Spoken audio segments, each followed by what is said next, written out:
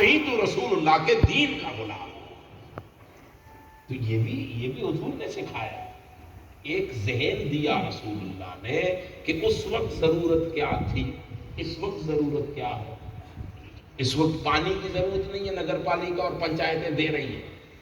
اس وقت مسلمانوں کی کس چیز کی ضرورت ہے؟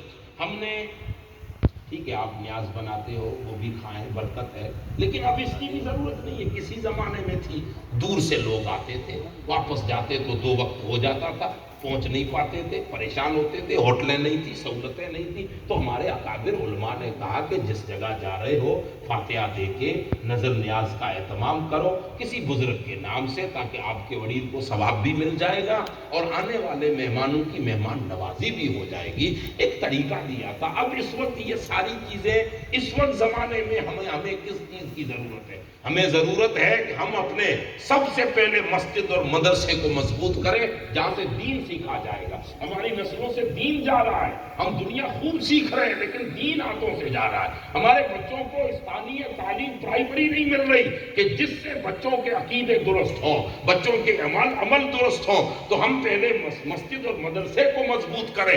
10,000 7,000 میں ایک مزدور آپ کے گھر کا بھاری دروازہ لگانے نہیں آتا تو مسجد کا امام تھوڑی نہ آپ کے یہاں نوکری کرے گا۔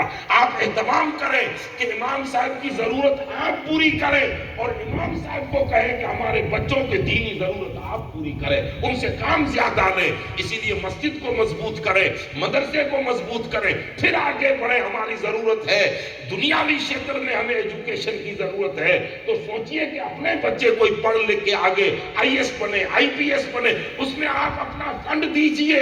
ہو سکتا ہے آپ کا 10,000 روپیہ ایصال ثواب میں گیا ہوا کسی ایک مسلم کو اچھا ادھیکاری بنا دے گا تو یہ قیامت میں بھی آپ کو کام آئے گا۔ کسی ایک کا کام کرے گا تو کام آئے گا۔ ڈاکٹر بنائے، ہاسپٹل بنائے، یہ وہ ضرورتیں ہیں جو اس وقت امت مسلمہ کی ضرورتیں ہیں۔ تو ایصال ثواب کہتے ہیں امت کی ضرورت پر اپنا دولت خرچ کرنا اور نیت کرنا کہ اللہ وڑیلوں کو ثواب دے، یہ ایصال ثواب رسول اللہ کی سنت ہے۔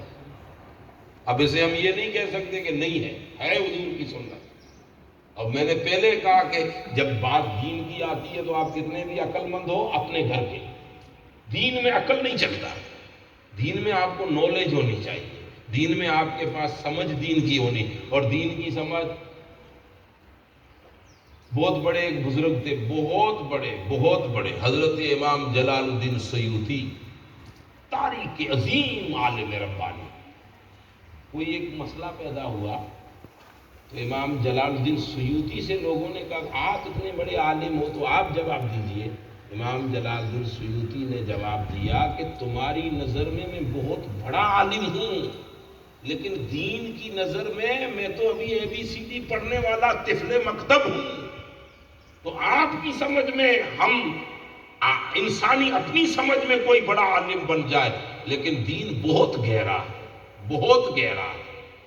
اسی لیے جیسے دین کی سمجھ ہو، عقیدہ اپنا، عمل اپنا وہی اختیار کریں جو تسلسل سے 1400 سال سے آ رہا ہے۔ جو میں نے قرآن کی آیت پڑھی ہے اس میں اللہ نے فرمایا کہ میری بارگاہ میں اگر کچھ نہیں کر سکتے، ضرورتیں پوری نہیں کر سکتے تو دعا تو مانگ سکتے ہو، تو دعا مانگو۔ کیا کہیں؟ دعا میں کہو رب نغفر ذنوبنا، اے اللہ تو ہمارے گناہ معاف کر، وَلِإِخْوَانِنَا الَّذِينَ سَبَقُونَا بِالْإِيمَانِ، یہ ایصال ثواب کی دعا ہے۔ اے اللہ ان سب کے گناہ معاف فرما جو ایمان کی حالت میں ہم سے پہلے دنیا سے وفات کر گئے۔ ایصال ثواب کی دعا۔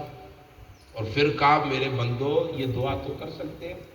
اب دعا کے لیے اللہ پاک وہ بہت پسند ہے دعا اس کو، لیکن اس کے لیے کچھ